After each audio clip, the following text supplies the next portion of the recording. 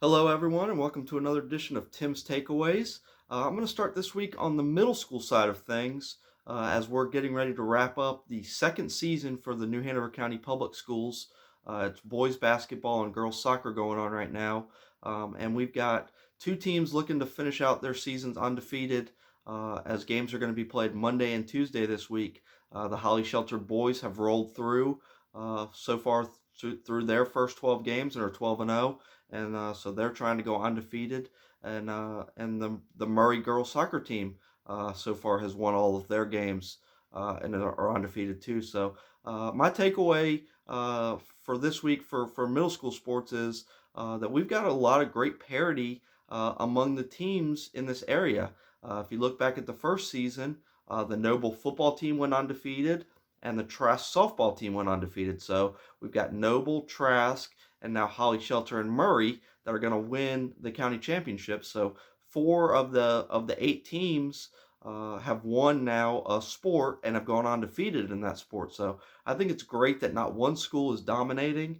We're seeing a lot of schools compete, and to me, that's a great thing, a great sign that we've got talent spread across the county. So I've been really impressed so far with what I've seen on the middle school side of things. I'm enjoying getting out and covering those games, and excited to kind of see some of these top tier athletes that I'm seeing continue to develop over the next 4 to 5 years.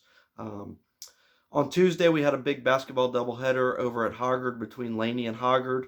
Last week, I talked about the Laney girls and how I thought they had a legitimate shot to win the conference title. Well, they went on the road and beat Hoggard in overtime. So, they did kind of what I thought they would do, which was solidify themselves as a conference championship contender.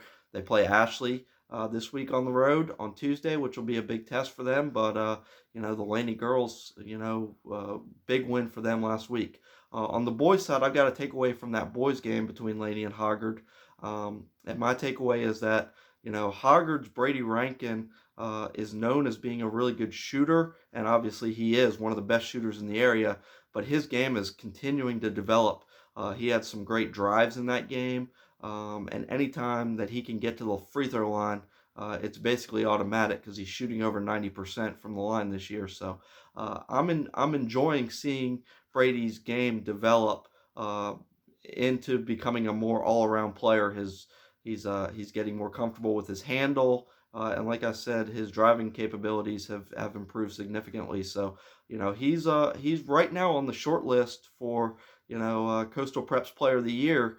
I would say there's probably 4 or 5 guys right now that I'm keeping my eye on. Obviously, there's still a lot of season to go, but Brady Rankin's right up there amongst the best players in the area. So, and then on Friday night, I went out to swimming and came away really impressed with a lot of our swimmers. We had the New Hanover County Championships, which Hoggard won on the girls and boys side, but there were some fantastic races. The boys backstroke was fantastic. Patrick Furby won, beat Jeffrey Settlemeyer.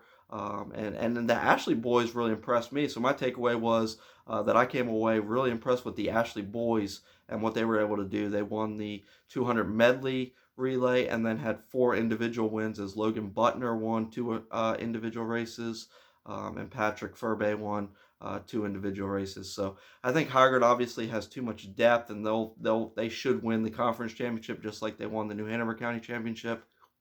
But the Ashley boys really good, and I'm excited to see what those guys can do at regionals and states because they're really talented, and I think have a really good shot. On the girls' side, Hoggard did a pretty good job, and I think won 9 of the 11 races. So they took it to them.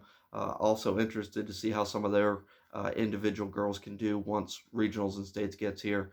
Lorianne Bazinet and Emma Johnson, 2 of their better swimmers. So excited to see how they'll fare in the postseason. But those are my takeaways. I'm looking forward to an exciting week.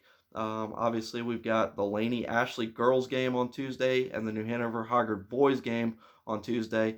All 4 of those teams undefeated, so it's going to be some good action. I'm going to try to get to both of those games if time allows, but be sure to check the website and for all your information, and we'll see you next week.